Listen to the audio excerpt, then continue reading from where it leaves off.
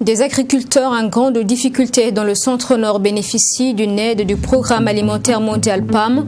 La somme de plus de 3 millions de francs CFA a été repartie pour 407 paysans victimes des aléas climatiques. Pour une première, les agents des ministères logés à l'hôtel administratif appliquent le bon conseil « Soyons propres autour de nous ». Journée de salubrité aujourd'hui samedi, images dans ce journal. Et puis enfin, Coupe d'Afrique des Nations des juniors.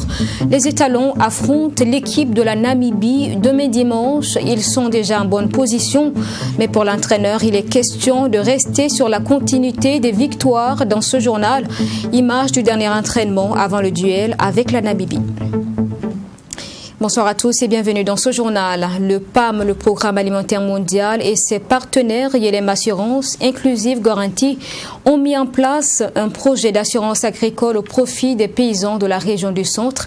Cette localité connaît en effet un déficit céréalier donc depuis plusieurs années. Situation due à des saisons pluvieuses peu bienfaisantes liées au changement climatique.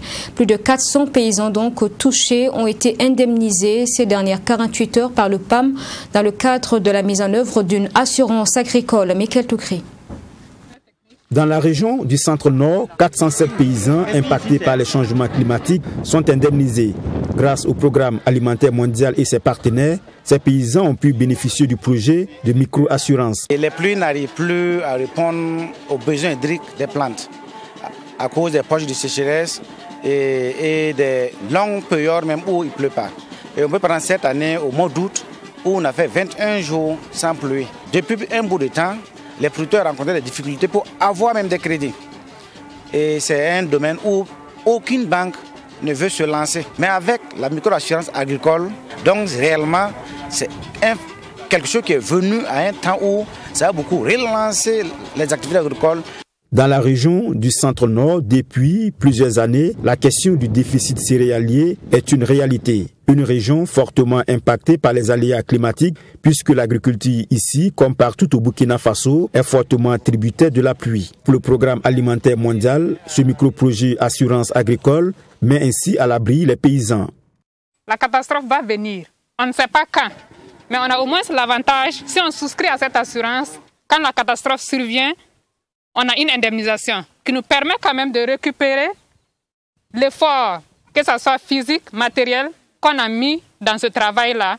Ce travail qui est l'agriculture, ce travail qui est le moyen de subsistance de nous tous et de vous. Parmi les 6 villages dont les paysans ont reçu leur indemnisation, Napalgué. Ce village a été le plus impacté par les aléas climatiques. Plus de 900 000 francs CFA, c'est le montant qui sera distribué aux agriculteurs sinistrés. L'agriculture présentement pose des problèmes compte tenu des aléas climatiques que nous trouvons chaque année. En tout cas, l'initiative du PAM est très bienvenue. Il y a des champs qui ont été totalement inondés. Donc, en tout cas, on a eu beaucoup de champs qui ont été inondés. Nous, on ne fait que sensibiliser les gens pour qu'ils puissent adhérer à l'assurance agricole, parce que ça aide beaucoup. Pour une phase pilote dans ces 6 villages d'intervention du projet Assurance agricole, pour les premiers responsables de YLM Assurance, l'objectif de rendre plus résilients les paysans face au changement climatique est atteint. Reste désormais de poursuivre la sensibilisation des paysans sur la nécessité de l'assurance agricole, puisque les changements climatiques impactent négativement les productions agricoles. Il y a eu des villages où, comme à Napalgué ici, où il y a eu la sécheresse. Donc, nous avons l'opportunité d'expliquer à ceux qui n'ont pas eu de sécheresse, de voir avec leurs voisins comment, avec le cas de sécheresse, l'indemnisation aurait pu être à leur niveau. Ceux qui ont eu l'indemnisation voient aussi avec leurs voisins qui n'ont pas eu ce que ça aurait pu donner. Cette indemnisation a touché pour cette phase pilote de l'assurance agricole dans la région du centre-nord les paysans des villages de Kougrin, Bissiguin, Koulguin, Ouaf-Tuega, Tuessin et Napalgué. Au total, 407 paysans ont été indemnisés pour un montant de plus de 3 millions de francs CFA. Tenue hier, vendredi, de la 16e session de l'Assemblée générale ordinaire du Comité national de lutte contre la drogue, CNLD, les membres statuaires du dit comité se sont penchés sur le bilan de la question au Burkina et à la suite donc de cet exercice, de nouvelles stratégies ont été dégagées pour mener des actions beaucoup plus efficaces. Sanata Serré. La consommation et le trafic de la drogue touchent toutes les couches de la population. Ces deux facteurs sont entre autres sources d'insécurité et d'écroulement du tissu économique. Cette session ordinaire du Comité national de lutte contre la drogue, CNLD, se veut donc un cadre de réflexion pour de nouvelles perspectives et d'action efficace de lutte contre ces fléaux au Burkina Faso. C'est aussi une tribune pour eux d'examiner l'état de la mise en œuvre du programme d'activité de l'année écoulée en matière de lutte contre la drogue. Pour cette 16e Assemblée générale, le bilan au point de vue de la lutte sécuritaire contre les consommations de drogue est, je ne vais pas dire positif, en ce sens qu'il y a énormément, comme je l'ai dit dans mon discours, excessivement de consommation de tramadol, de cannabis et d'autres formes de drogue. La stratégie nationale est en cours de finition, d'élaboration. Les travaux qui vont avoir lieu tout à l'heure vont contribuer à cela et bientôt nous sommes certains que cette stratégie nationale sera prête et pourra être appliquée. Le fléau de la toxicomanie, selon le secrétaire permanent du Comité national de lutte contre la drogue, s'est accru et envahi surtout de nos jours le milieu scolaire à travers la consommation de la chicha. Et le ministre de la Santé, vice-président du comité, d'inviter les parents à s'investir dans le suivi et l'éducation des enfants afin de venir à bout de ces phénomènes. La consommation de la drogue nuit gravement à la santé. Il n'y a rien d'intéressant dans la drogue. La drogue n'améliore aucune performance ni scolaire ni sanitaire. Et la consommation de la drogue entraîne une utilisation de nos services de santé.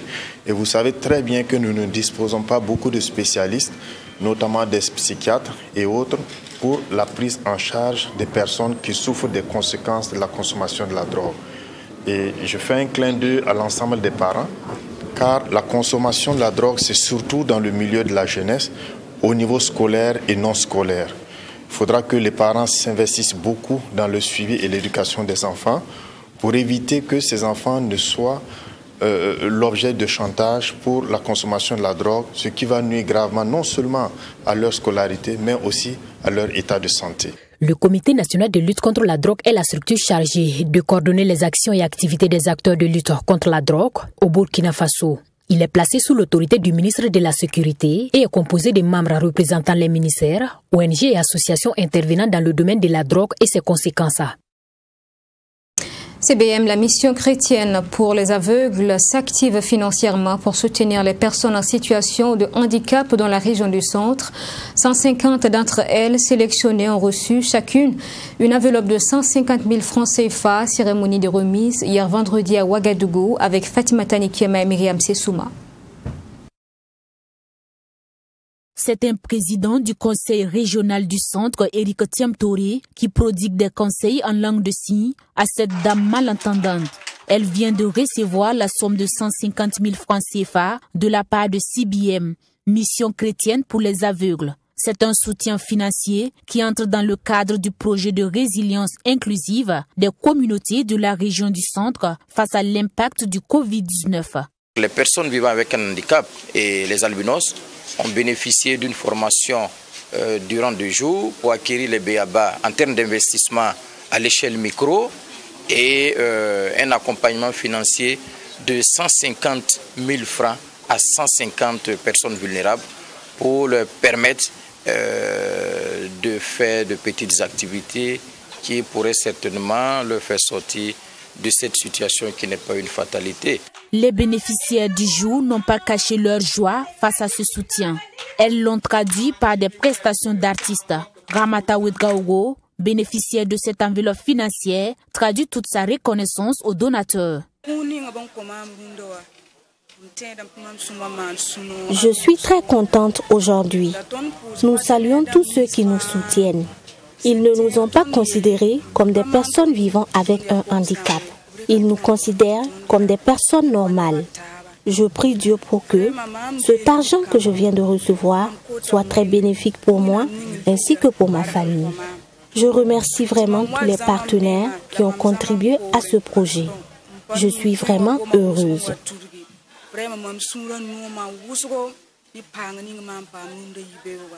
Le bon samaritain du jour, CBM.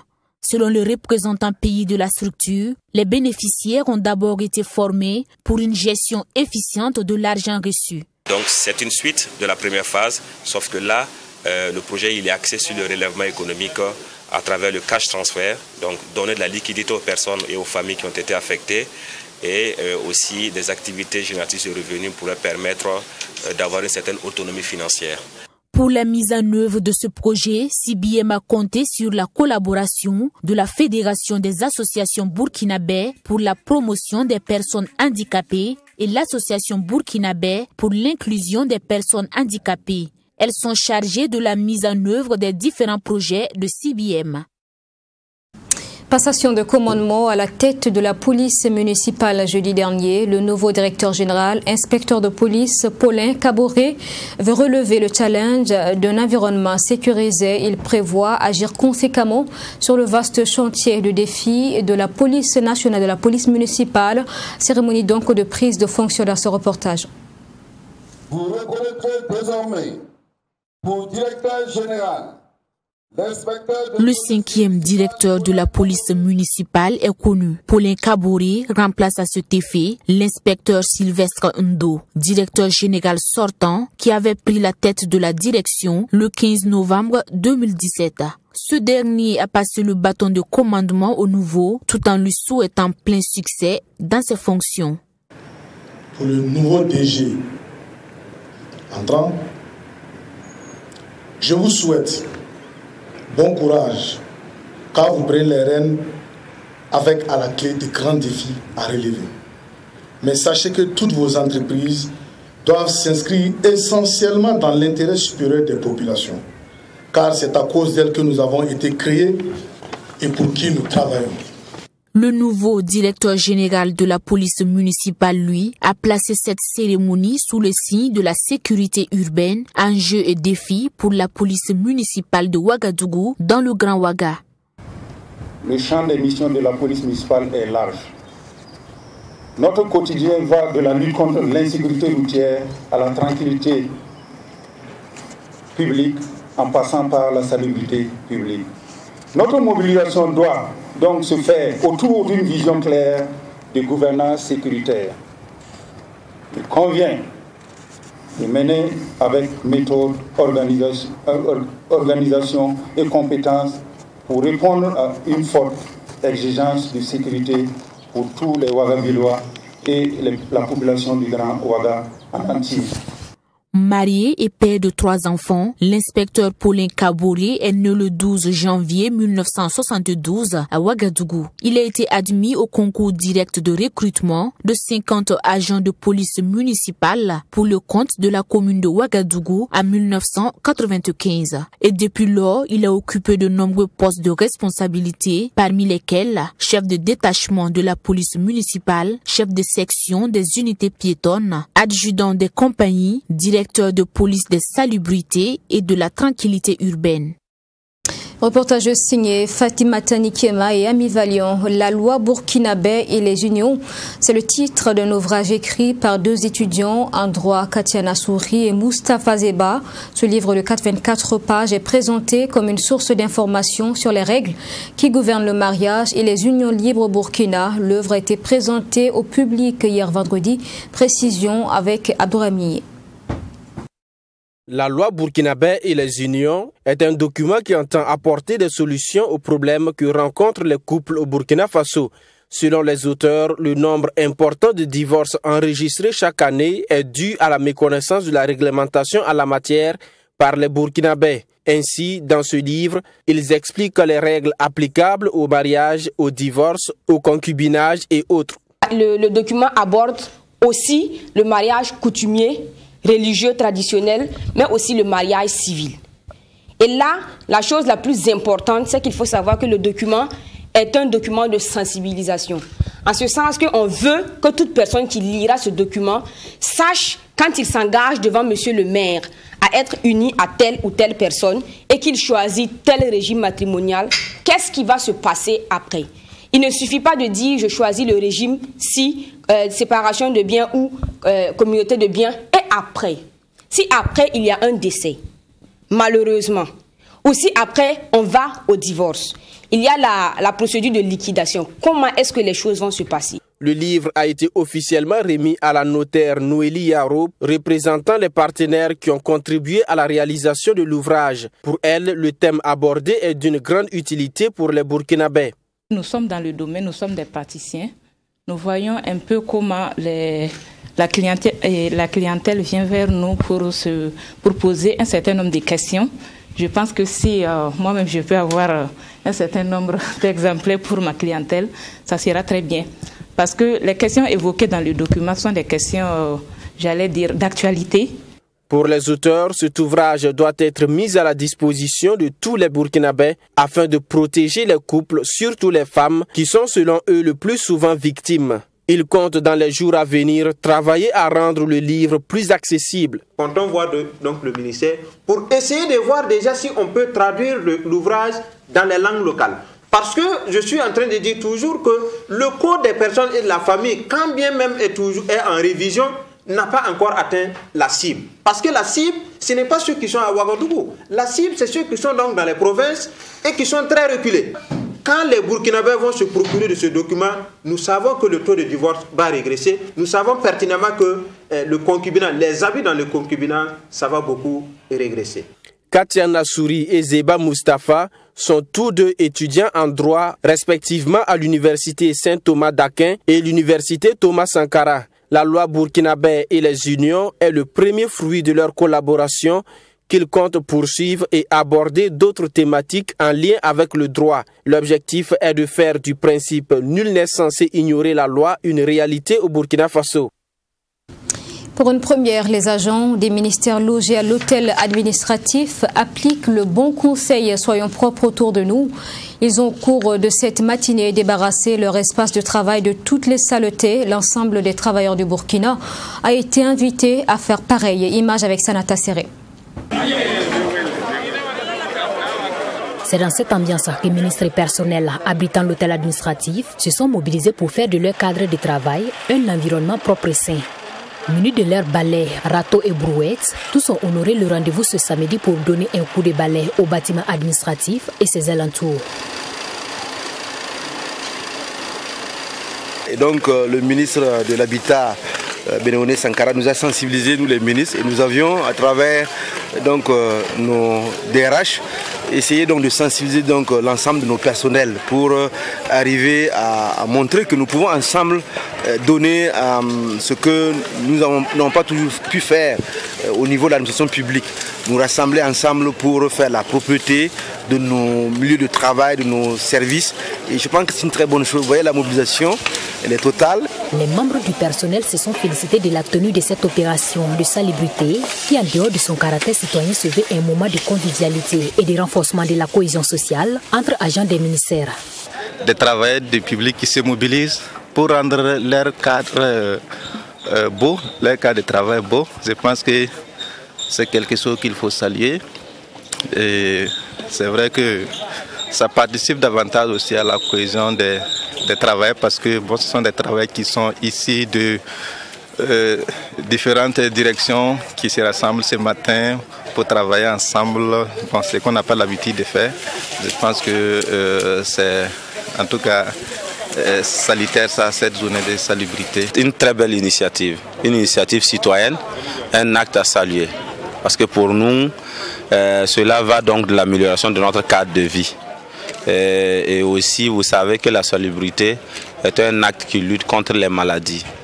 Et s'il y a moins de maladies dans la cité, c'est la jeunesse qui s'épanouit plus. Comme vous le savez, nous passons plus de temps au travail et donc il était bien indiqué que nous participons à la salubrité de notre cadre de vie, notre cadre de travail. Le ministre de l'Urbanisme, de l'Habitat et de la Ville, co-organisateur de cette opération de salubrité, a salué la forte mobilisation de l'ensemble des travailleurs. Occasion pour lui de les inviter à garder cet esprit de propriété. Tous nos collaborateurs sont sortis. Nous avons eu l'appui des services de la mairie. Les services techniques continueront le travail parce qu'il faut que désormais nous donnions l'exemple. Et souhaitons vivement que peut-être dans un mois, quand vous allez venir ici, que vous-même vous constatiez que ça a changé. C'est dans un cadre vital que nous pouvons réfléchir. Je crois que dans la saleté, dans la merde, on ne peut pas réfléchir pour apporter des solutions aux problèmes de nos populations. Situé à quelques encablures de l'aéroport international de Ouagadougou, l'hôtel administratif abrite au total 9 ministères. Cette initiative, selon le ministre en charge de l'Habitat et de la Ville, marque le début d'une série d'opérations de salubrité. Au sport, dans ce journal, Coupe d'Afrique des Nations des moins de 20 ans, les étalons vont affronter demain dimanche l'équipe de la Namibie avec 4 points en ce moment. Le Burkina a toutes les possibilités pour s'imposer dans ce match et réussir à prendre la tête du groupe B. Image du dernier entraînement avant le match donc avec Assami Touré. Nous avons des joueurs très vifs, très techniques, très intelligents et encore une des qualités qu'ils ont, ils sont très alertes. C'est le dernier entraînement des étalons juniors de phase de poule de la CAN des moins de 20 ans. Après la victoire face à la République centrafricaine, un match nul pour le troisième match est bon à prendre, mais la victoire est l'objectif de Oscar Barrow. On l'écoute en conférence d'avant-match. Nous jouons notre troisième match de poule demain contre la Namibie. Je pense que nous restons sur la continuité. Nous sommes venus pour jouer et poursuivre la compétition. Donc nous allons avec le même état d'esprit demain, voilà, à savoir jouer à fond pour pouvoir sortir de la poule. Voilà un peu notre objectif que nous nous sommes assignés pour les matchs de demain. C'est un adversaire que nous avons observé aussi. Nous savons que c'est une équipe très technique, c'est une équipe très vive, et avec des individualités et techniques très fortes. Donc c'est dire donc que c'est une équipe contre laquelle il faut faire beaucoup attention et qu'il faut se préparer en conséquence. Parce qu'elle tient bien les ballons, elle a des individualités très fortes et elle est encore très vive, avec des joueurs très vifs. Donc c'est dire que c'est des aspects sur lesquels il ne faut pas lésiner et qu'il faut être attentif. Dans ce groupe B, tout est encore possible. Les 4 équipes peuvent avoir 4 points à la fin de cette troisième rencontre. Et les joueurs sont conscients de cela. Pour Ibrahim Bansé, la victoire est la bienvenue pour prendre la tête de ce groupe B et se qualifier pour les quarts de finale. Oui, effectivement, nous sommes conscients de l'enjeu de ce match. Et c'est quand même pour nous un match capital. Et comme je l'ai dit, on ne vient pas pour avoir une idée sur les calculs, tout et tout. Non, on vient pour vraiment prendre les 3 points afin d'éviter tout calcul. À ce stade de la compétition, les petits bobos, il n'en manque pas. Pour Oscar Barrow, l'infirmerie n'est pas totalement vide, mais les joueurs sont en pleine forme pour ce troisième match. On l'écoute. Oui, tous les joueurs se portent très bien, mais nous sommes en football. Il ne peut pas manquer des petits bobos. Mais je pense que les médecins savent faire à ce que tout le monde soit au point. Tout le monde est là. Même si certains sont en déficit physique, tel que Boutier, qui n'a fait que 2 séances d'entraînement, et il aura sa 3e séance aujourd'hui, et nous l'avons testé, et sa forme physique n'est pas mal, mais elle n'est pas totale. Donc nous sommes en train de voir dans quelles conditions nous allons pouvoir maintenir tout le monde pour être en pleine forme et jouer ces matchs-là à fond. Étalon du Burkina Faso contre la Namibie, c'est pour ce dimanche à partir de 19h, temps universel.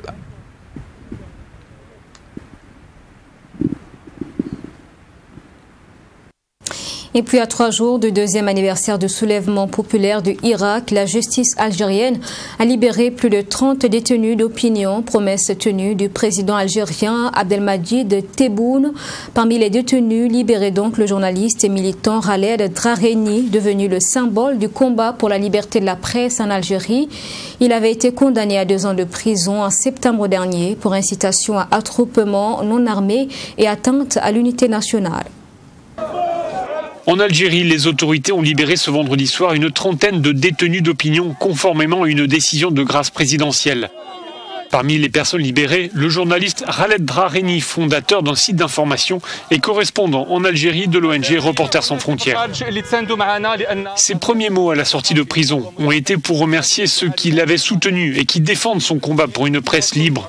Il a aussi appelé à la libération de tous les détenus d'opinion, toujours sous les verrous. Ces libérations de militants et d'opposants politiques s'inscrivent dans le cadre des gestes d'ouverture décidés par le président algérien. Dans une allocution ce jeudi, Abdelmadjid Tebboune a annoncé l'organisation de législatives anticipées d'ici à la fin de l'année, ainsi qu'un remaniement ministériel imminent. Et c'est aussi lors de ce discours qu'il s'est engagé à accorder une grâce au profit des détenus du Irak. Le Irak est ce vaste mouvement de protestation populaire déclenché il y a 2 ans pour exiger davantage de liberté et de démocratie. À force de rassemblements, les manifestants ont obtenu notamment le départ du président Bouteflika. Mais pour certains, le combat n'est pas fini. Plusieurs rassemblements sont ainsi prévus ce lundi pour le 2e anniversaire du début du soulèvement. Voilà, fin de ce journal. Merci de l'avoir suivi. Excellent week-end à vous. À la semaine prochaine. Bonsoir.